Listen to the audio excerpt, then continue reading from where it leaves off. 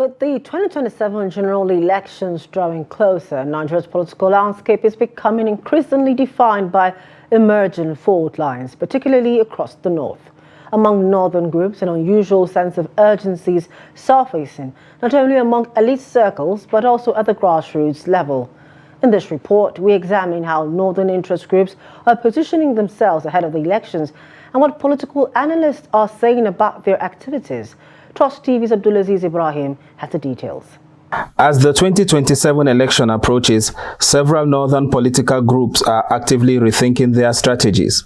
One notable event toward the end of last year was the suspension of Mamman Mike Osuman, national chairman of the Arewa Consultative Forum, following his unilateral remarks suggesting the group would back a northern presidential candidate in 2027. In January 2025, the League of Northern Democrats announced plans to rebrand as the League of National Democrats, continuing as a pressure group while also exploring the possibility of evolving into a political party.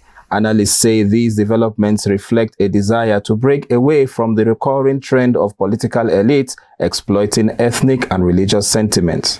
One dangerous thing is that we are trying to fall into the hands of the political elite, that they are the one who set the political tune and political agenda, and they talk about north and south. Democracy is about numbers. Okay, whoever is able to carry the majority will win the election, irrespective of whether he comes from north or south. To me, our concern should be who are we going to elect, who are credible, who can deliver for Nigerians. Some northern groups in the past have championed regional revival. Today, however, conveners of emerging political movements are advocating a more nationalistic vision and focusing on pressing national issues. What everybody wants in Nigeria is, you can come from anywhere. If I can get electricity free, I can get electricity cheap. If I can get my own property fuel free and cheap, for example, if I can get education affordable, if I can get employment, I don't care where you come from. So TNN ideology is on who is the right person. If the right person comes from the north, fine. If the right person comes from the south, from the east, are you Igbo, are you Yoruba, whatever, are you Igala, are you Shakiri, whoever you are, if you have the criteria to deliver this country, that's what TNN is promoting. To solve our security issue and other problems. President Tinubu visited Katsina. They rather post a signboard that reads, Katsina has no complaint. How will you expect such people to tackle this issue? They even welcome you with songs instead of drawing his attention to the security problem.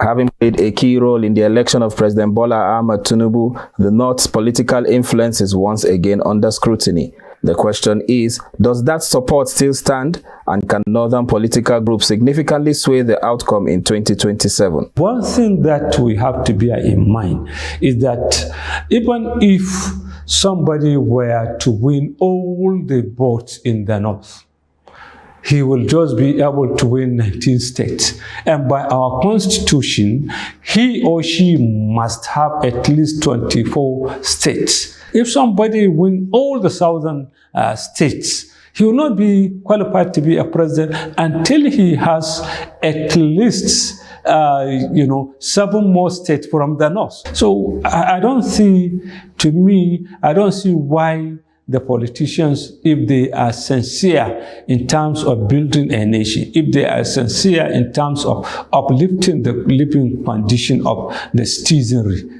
they should not be talking of regionalism, ethnicity, religion, and so on. They should be talking of capability of the person and the capacity of the person to deliver. As Nigeria moves closer to the next general elections, northern interest groups and new political movements may be forming alliances, but one thing is clear. The conversation about who should lead Nigeria has moved beyond the confines of regional identity.